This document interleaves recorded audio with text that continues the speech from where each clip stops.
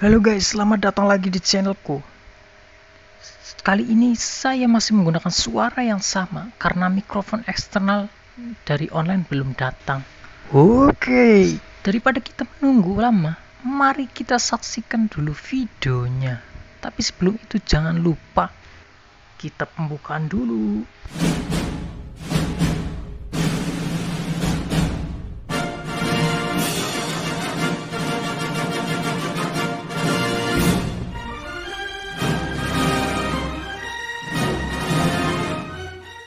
Oke, kemarin kan sudah disaksikan kepergian mereka dari Pulau Tengkorak dan sekarang 3 bulan kemudian mereka sampai di bawah, maksudnya di negara bawah tanah.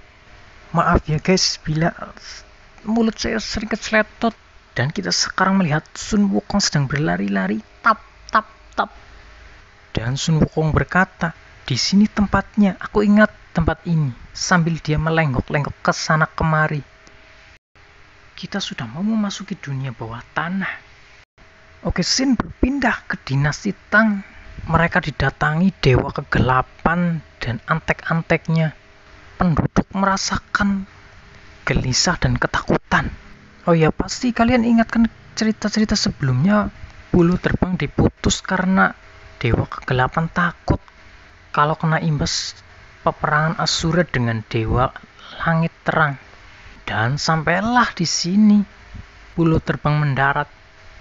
Namun sepertinya Kaisar Dinasti Tang tidak takut dan dia inilah istana langit dalam legenda menutupi seluruh langit hingga Dinasti Tang gelap. Maksudnya kerajaannya, bro. Dan ada utusan turun tap. Prajurit keheranan, apakah ini wujud para dewa? Aku baru pertama melihatnya, katanya. Dan mereka datang sini meminta bantuan dinasti Tang. Tapi tujuannya sebenarnya adalah menghisap-hisap darah para manusia. Mengerikan sekali, sobat-sobat. Para dewa datang ingin membuat kemakmuran, katanya. Ini titah.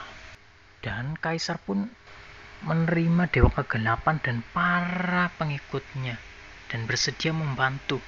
Dan benar saja, mereka meminta anak-anak, gadis, perawan untuk dikorbankan. Mengerikan sekali, guys. Dan kita kembali ke rombongan Tan Sanzang. Bailang berkata sambil menatap ke bawah, "Guru, gua ini dalam sekali, tidak terlihat dasarnya." Ya salah siapa lu nggak bawa senter, Bailang. Dan tempat ini terlihat seperti penertambangan. Dan dulu ada paman yang aneh di sini. Mungkin dia masih hidup. Dan mereka pun melanjutkan berjalan turun. Namun tiba-tiba Bailang merasakan berat sekali bawaannya. Dan sepertinya akan menggelundung alias ngesruk. Tan Sanzang mengingatkan untuk berhati-hati. Dikarenakan jalan terlalu curam, akhirnya Bailang terperosok alias dalam bahasa Jawanya keblosok. Gawat, tidak bisa dihentikan, kata Bailang. Dan Bailang pun jatuh ke sungai. Jebur. Meski sedikit menyedihkan namun cepat sekali. Sebentar saja sudah sampai, kata Bailang. Ya iyalah, orang terjun bebas. Dan di sini terlihat siluman bunga matahari sekitar beberapa ekor. Dan ternyata ini adalah gua Tiongko. Dan sampai rombongan Tan Sanzang dari belakangnya. Untung mereka nggak ikut terjun ya guys. Xiaoyu dan Bailang pun heran. Ternyata tidak sesuai yang dipikirkan olehnya. Yang dia kira gelap ternyata terang dan indah tempatnya. Dan di sini terlihat siluman bunga, siluman keong dan kupu-kupu. Dan Guru Tan Sanzang menjelaskan, kakak seperguruannya sangat takjub dengan tempat ini. Dan dia sampai tidak ingin pulang. Itu karena dia memiliki istri yang cantik, kata Jubaji. Dan Sun Wukong pun berkata, aku juga ingat siluman ular yang cerdik. Apakah siluman ini dia berbahaya, kata Bailang. Gurunya pun menjawab, tidak, mereka tidak jahat, katanya. Dan akhirnya Bailang pun mengelus-ngelus bunga itu. Namun tiba-tiba bunga itu marah dan ingin memakan tangan. Guru Tan Sanzang pun heran mengapa bisa begitu. Dan benar saja siluman bunga dan siluman keong racun menyerang dengan babi buta. Guru, semua siluman di sini sudah berubah menjadi bayangan gelap dan mereka sepertinya sangat lapar katanya. Dan mereka pun diserbu oleh siluman keong racun dan siluman bunga matahari. Pasti kalian juga bingung kenapa bunga matahari ada di bawah tanah. Kalau bingung berarti sama aku juga. Dan datanglah seorang pria. Ya benar, itu adalah kakak seperguruan. Dan dia menyerang dengan tembakan api. Dan keong-keong pun kebakaran macam keong panggang. Tinggal dikasih saus sedikit pasti enak rasanya. Dan paman seperguruan pun mengusir mereka. Siluman matahari yang telah terpanggang pun kabur ketakutan. Tan Sanzang dan paman ini pun saling mengenali. Dan nama paman tersebut adalah Kuan Zhen. Ternyata kamu masih hidup, kata Tan Sanzang. Dan Kuan Zhen pun mengajak kelompok Tan Sanzang untuk bermalam di situ. Maksudnya di rumahnya. Bailang pun merasa aneh karena ada rumah di atas air. Kuan Zhen pun mengatakan, kenapa kamu kembali ke sini lagi Tan Sanzang? Dan Tan Sanzang pun menjawab, aku akan mengembalikan kitab suci. Aku mengembalikan kitab suci untuk kedamaian dunia, katanya. Kemarin aku salah telah mengambil kitab suci untuk kebahagiaan dunia, tapi tidak seperti yang aku pikirkan, kata Tan Sanzang. Kuan Zhen menatap Xiaoyu dengan aneh, dan dia menyadari bahwa Xiaoyu adalah kitab suci dan akan dikerowok. Namun dari belakang Tan Sanzang memegang pundak Kuan Zhen sehingga tidak jadi mengerowok atau mencakar Xiaoyu. Tan Sanzang mengatakan, di mana Nyonya ular? Lalu Kuan Zhen pun menceritakan hubungan dia dengan ular tersebut. Dan dia mengajak teman-temannya kemari. Dia siluman yang baik hati. Tapi suatu hari pada saat saya pulang, kata Kuan Zhen, dia melihat istrinya sedang memakan teman-temannya. Para siluman baik di gua ini pun berubah. Hanya aku sendiri yang tersisa, kata Kuan Zhen. Hei Tan Sanzang, dulu kau menolak membantuku, sekarang malah memohon padaku. Sayangnya kincir air sekarang tidak bisa digunakan. Kenapa, kata Tan Sanzang? Istri berjaga di sana di tepi goa. Kecuali kalian bisa menghadapinya, kata Kuan Zhen. Kemudian mereka pun pergi ke sana. Dan di sini sedikit memperlihatkan bahwa dunia sedang kacau. Dewa gelap turun ke bumi mencari maksa. Kemudian Asura bertengkar dengan dewa. Oke, tapi kita lanjut lagi ke rombongan Tan Sanzang.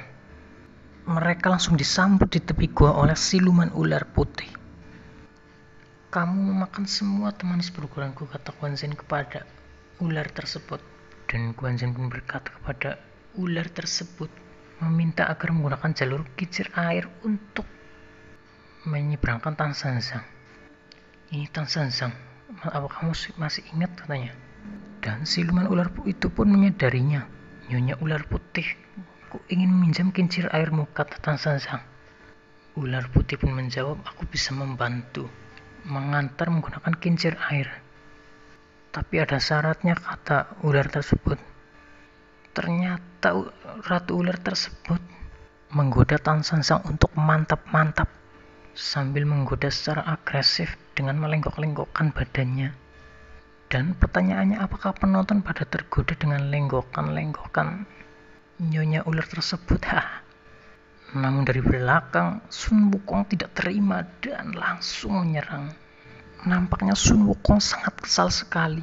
Ya jelas kesal lah, masa gurunya diajak mantap-mantap, ya kan? Aku terkenal sebagai raja kera yang tak tertandingi, kata Sun Wukong. Ini tongkat emas khusus untuk menghajarmu, katanya. Nyonya ular mengeledek Sun Wukong.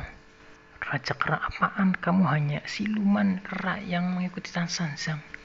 Kalau kamu menghalangi bermantap-mantap, akan aku bunuh, katanya. Dan Sun Wukong pun diserang dengan ekor duri beracun. Dan pertarungan pun tidak dapat dihindarkan. Dan apakah kira-kira Sun Wukong mampu menghadapinya? Gawat kalau sudah begini, tidak bisa dibicarakan lagi. Kita maju bersama. Kekuatan ular berbeda dengan dulu, kata Kuan Zhen. Dan ular itu pun menyembur Sun Wukong. Pasti bau sekali itu semburannya. Namun Sun Wukong bisa menghindarinya. Itu racun yang membuat makhluk menjadi batu, kata Sun Wukong. Namun tiba-tiba krak, Sun Wukong terlilit dari belakang. Tertangkaplah Sun Wukong. Dan ular itu pun ingin memakan Sun Wukong. Apakah Sun Wukong akan selamat atau dimakan, ditelannya mentah-mentah? Namun Sun Wukong tidak diam begitu saja. Wah, muncul cahaya kekuatan yang membuat lilitan terlepas. Namun nampaknya ular itu masih meledak Sun Wukong juga. Tapi tidak dapat dipungkiri bahwa Sun Wukong lebih sakti. Dan akhirnya siluman ular pun digeprek seperti nyamuk menggunakan tongkat sampai tersungkur. Kamu tidak akan bisa makan manusia lagi sambil memukulnya. Namun tiba-tiba dihadang oleh Guan Zhen. Jangan lukai dia adalah istriku, kata Guan Zhen. Akhirnya Sun Wukong pun tidak jadi menyerang. Walah, lagi seru-serunya malah. Ngapain Guan Zhen di situ ya kan, guys? Dan Guan Zhen pun mengatakan bahwa siluman ular itu bisa berubah. Namun Sun Wukong tidak mempercayai karena pecinta daging manusia seperti ini tidak mungkin berubah, paman, katanya. Paman cuma menipu diri sendiri. Dan nampaknya para rombongan senang karena siluman ular sudah kalah. Kalau siluman ular sudah dibereskan, kita akan berjalan dengan lancar, kata salah satu rombongan Tan Sanzang. Dan Guan Zhen pun membujuk istrinya dan semua akan baik-baik saja.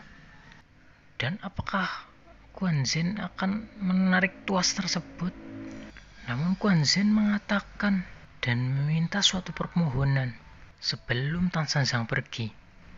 Tan Sanzang harus tinggal di sini untuk menyembuhkan atau menghilangkan aura jahat istrinya. Namun Tan Sanzang menjawab, sebenarnya kamu tidak perlu begitu. Setelah mengembalikan kitab suci, aura bayangan gelap akan hilang. Ular putih bisa diselamatkan.